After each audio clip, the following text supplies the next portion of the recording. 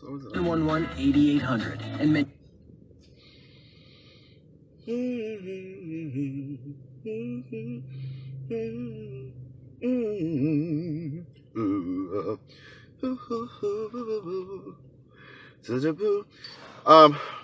so I those who are going to join in will join in, and those can follow up later and see it. I've been asked several times by several people to do another moment with Glover, um, and you know it's fine. If I don't have anything to say, I don't really believe in coming on here making up stuff. Don't waste the people's time. Time is precious. But I want to give a testimony. I have a testimony today. As you know, sometimes I have a word of just a rebuke, perhaps, or observational truths. Many have asked me to do another one on Diamond Washington. I don't have to feature him each time. I have more things in life to do. Diamond is a dear friend.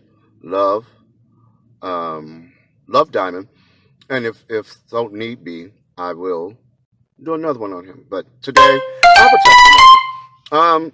Now, being raised in holiness, Church of God in Christ, third generation, I know the voice of God. I love God, but He doesn't always seem to want the same things I would want. Like when I want to say what I got to say, He sometimes tells me to shut my mouth. I don't particularly appreciate that, but it is what it is, and it's good when you yield or hear or listen and obey. So there was this professor in my while I was going through grad school, master's program, and we had to do, certain postings, discussion boards, and things of that nature, and papers all the time. Fine. And so I was writing and doing my due diligence, um, earning my degree, earning a degree, and and I kept getting this feedback from him stating that I was being too. I can't remember the exact words he said, but he said I was just too. It was too not. It wasn't. It wasn't simple enough. It was too highfalutin, or it was too. And I can't think of the exact word, but it was. It was too textbook. It needed to be if someone who had not gone to college picked it up. It needed to be relatable. It needed to be something that anyone, not just practitioners, in psychology could use, but anyone could pick up and just use it in organizational psychology at their organization, at their business, whatever. And so I kept struggling with him because I didn't really understand what he was really trying to convey to me. And so I think after the third submission, and he brought this up again, that it's just too sterile, it's just too uptight. You need to make it, and too much terminology that is the rhetoric of. I'm like, but this. I was getting confused. So I emailed him and said, we need to talk. I need you to call me. Please do so immediately upon your first opportunity. And so he told me that I could call. So fine, that's fine. This is my grade. I'm earning. I'm not paying money to not do my due diligence, but then for you to assassinate me, like this is not collegiate writing. So I call him, and I promise you, I didn't even hear him say hello before he started saying, you know what your problem is. You don't know how to follow direction. Now, anybody that knows David Glover know that didn't sit right. I didn't hear you say hello, doctor, professor, instructor. I know that you have some social decorum dealing with general public. Yeah, I just know you're not just gonna sit right there and opening lines be a rebuke to me. I know that's not what that's. There's a couple things that you've missed. I don't know if you saw the color in my photograph, sir. But what? And before I could reply, because I was taken aback, I was Devastated. What did you just? And then I don't know how to follow. I am trying to follow all the directions you have given me, but they're not making sense. I have rewritten, and you're still telling me, giving me pushback, saying it's too highfalutin. It's too high. Bring it that the next. I don't know how to write dumb. I don't do that. I didn't pay thousands of dollars to write dumb. But before I could open my mouth, the Holy Ghost said, "Don't you dare. Shut your mouth. Shut your." God bless you, Charlene. God bless you, Marlene, Jasmine. Uh, uh, uh, Shut your mouth. The Holy Ghost said, "Shut your mouth." And in that moment, I shut my mouth. I listened. Now, there's been plenty of moments. It didn't quite work out well. Mm-mm. I would continue right on. That the Holy put him to the side. Forgiveness is ever there. But I shut my mouth, and I let him finish in what I felt was very disrespectful. And I went ahead and I listened, and then I started talking to him. And I was about to say, "Now you'll begin," and the Holy Ghost said, "Let it go." But I thought it needed to be addressed. This is not the way that you speak to scholastic scholars up and coming. You are a mentor. You don't answer the phone with what I think your That's bangy and ghetto to me. That's wretched, old white man. But the Holy Ghost said, "Let it go. Let it go." And so I thought, well, perhaps that is a good thing. I don't want to, we had a conversation and we worked it out in the conversation as to what you were actually looking for and whatever, how to curtail it so that it meets whatever rubric you need. Fine. So I shut my mouth and I let it go. I shut my mouth and I let it go. I shut my mouth and I let it go. I let it go. So I'm thinking, well, this is good anyway because he is my professor for the whole class. I don't want him taking out frustrations on my grades. And so went on ahead, got an A in the class, and actually had him for 2 more classes.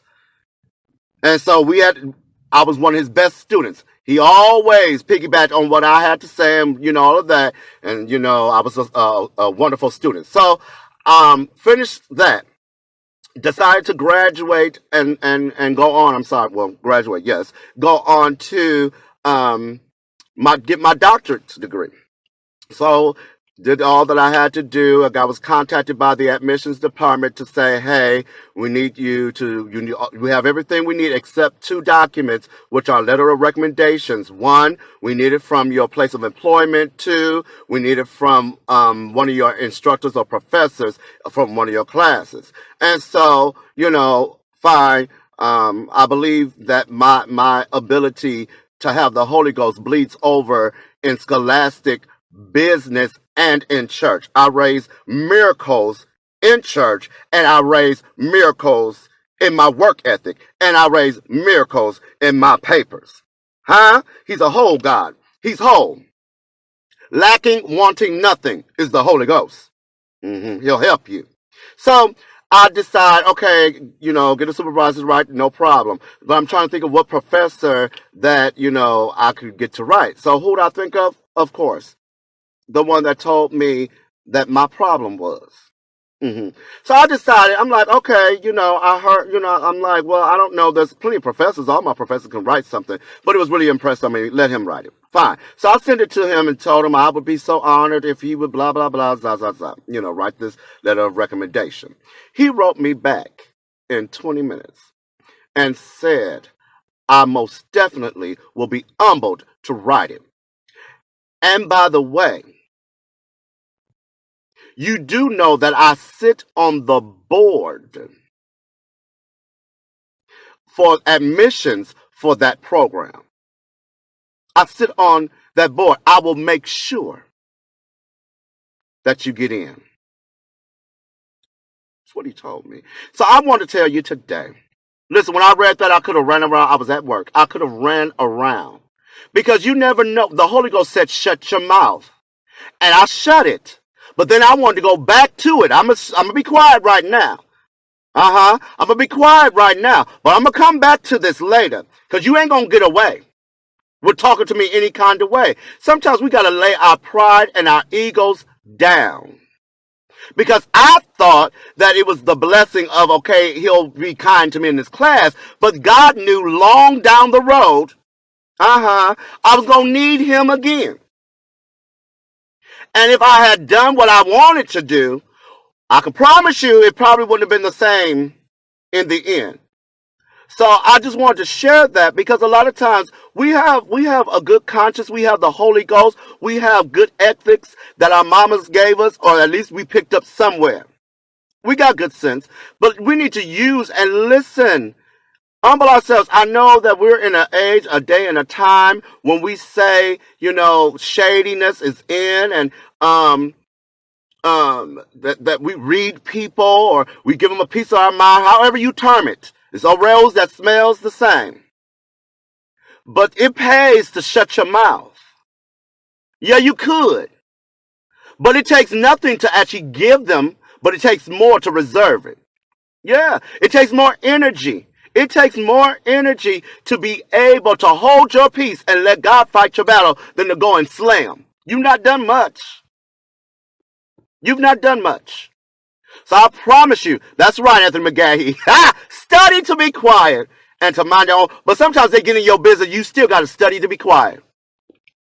Sometimes you got to be quiet and let God do what he's going to do. Because you're looking at the immediate, but God is looking at a whole life. You're inside of time. God is outside of it. So he already knows what you don't know. I had the faintest idea that this man would sit on a board of something that I wanted to do. Want you to know that today I got the email that I have been accepted to my doctorate program. God bless you. Be blessed forever.